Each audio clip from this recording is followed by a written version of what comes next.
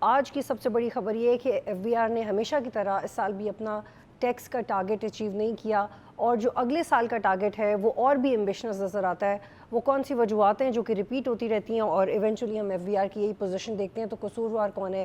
F B are میں structural reforms کی ضرورت ہے یا گورنمنٹ کی پالیسیز ایسی ہیں؟ اور پروگرام میں آگے چل کے آزاد جموں کشمیر کے بارے میں بات کریں گے، جہاں پہ جوائنٹ ایکشن کمیٹی اور فیڈرل گورنمنٹ کے ریپرزینٹیٹیوز کے درمیان ہونے والے فریکوینٹ مذاکرات کے باوجود جو سٹمبلنگ بلاک ہے 12 مہاجرین کی سیٹس، اس کے اوپر معاملات طے نہیں پا رہے۔ کیا اس کو مزید وقت دینے کی ضرورت ہے؟ احتجاج اوائڈ کیا جا سکتا ہے؟ اس کے اوپر بھی بات کریں گے۔ فی الحال میرے ساتھ موجود ہیں ڈاکٹر اکرام الحق صاحب، ہی از ٹیکس ایکسپرٹ۔ بہت شکریہ ڈاکٹر صاحب آپ جوائن کریں۔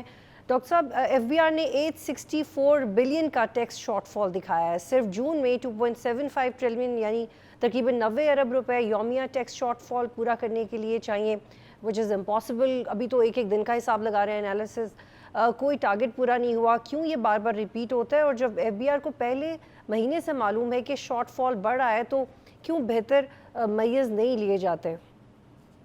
جی بہت شکریہ۔ Over the period of time F B R بہت ہی لیزی قسم کی مشینری بن چکا ہے، جہاں یا تو ود ہولڈنگ سے پیسہ آ رہا ہے یا تو ایڈوانس ٹیکس کے ذریعے۔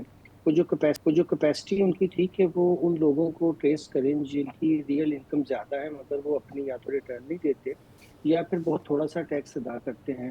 اور اس کیپیسٹی کے ضائع ہونے کی وجہ جو ہے وہ تو بہت سی ہیں، مگر ایک وجہ یہ بھی ہے کہ جب آپ ایزی منی پہ ہک ہو جاتے ہیں، آپ اندازہ لگائیے کہ پاکستان میں یہ جو ہم نے کیٹیگری بنائی ہوئی ہے کہ اگر آپ ریٹرن نہ بھی دیں تو آپ ڈبل قسم کا آپ یا اس سے تھوڑا سا زیادہ آپ ایڈوانس ٹیکس پے کر دیں ود ہولڈنگ کی شکل میں۔ ابھی تو دنیا میں کہیں نہیں ہوتا۔ اگر آپ ٹیکس اوائڈ کر رہے ہیں تو پھر تو اسٹیٹ کا لا آپ کے اوپر بہت ہارڈ آئے گا، اور وہ اگر سب سے ٹیکس جیسے اب سیلری والوں سے آپ ایڈ سورس لے رہے ہیں اور ان پہ آپ انڈائریکٹ ٹیکسز بھی بڑھائے چلے جا رہے ہیں، اور دوسری طرف کئی لوگوں کو ایگزمپشنز دی رکھی ہیں۔ میں حیران ہوں کہ جس ملک کے اندر 3 ٹریلین کی ایگزمپشنز ہوں، وہاں آپ 150 سے شروع کیا تھا آپ نے پیٹرولیم لیوی یہ جنگ کے بعد، اور اب 107 پہ آئے ہیں۔ تو کیا یہ زیادتی ہے کہ آپ غریب لوگوں کے اوپر تو اتنا ہائی ٹیکس لگا دیں؟ اب ظاہر ہے ایک بچہ اسکول جا رہا ہے یا کہیں کالج پڑھنے جا رہا ہے تو ظاہر ہے وہاں اس کے پیرنٹس کیا وہ خود اگر کنوینس استعمال کر رہا ہے تو 1 لیٹر کے اوپر 107 روپے آپ لے رہے ہیں، اور ایک امیر آدمی کو آپ یہ کہہ رہے ہیں کہ کوئی بات نہیں کہ تم ریٹرن نہ فائل کرو، بس ہمیں اپنا تھوڑا سا ٹیکس زیادہ دے دو۔ تو اس کی ایکچوئل انکم کون ریٹرن کرے گا؟ اور یہ کوئی مشکل کام تھوڑی ہے۔ یہ تو آپ اس کی ایکسپینس سائڈز اگر دیکھیں، اس کے بڑے بڑے 5-6 خرچے بھی دیکھ لیں تو آپ کو اندازہ ہو جائے گا کہ وہ خرچے تو پورے کرنے کے لیے انکم کما رہے ہیں مگر ریاست کو نہیں ٹھیک ہے دکھا رہا ڈاکٹر ریاست۔ صاحب I was going through one of your articles, اور مجھے آپ نے جو سولوشنز بتایا بڑا سمپلیفائی کیا اپنی چیزوں کو۔ آپ نے کہا کہ we should shift from taxing production to taxing in earth wealth accumulation, یہ آپ نے it was one of the solutions. تو اس کی طرف حکومت کا دھیان کیوں نہیں جاتا؟ یہ کرنے سے انڈائریکٹ ٹیکسز کا جو ایک بوجھ ہے یا وہ جو پرائرٹی ہے وہ بھی بدل سکتی ہے۔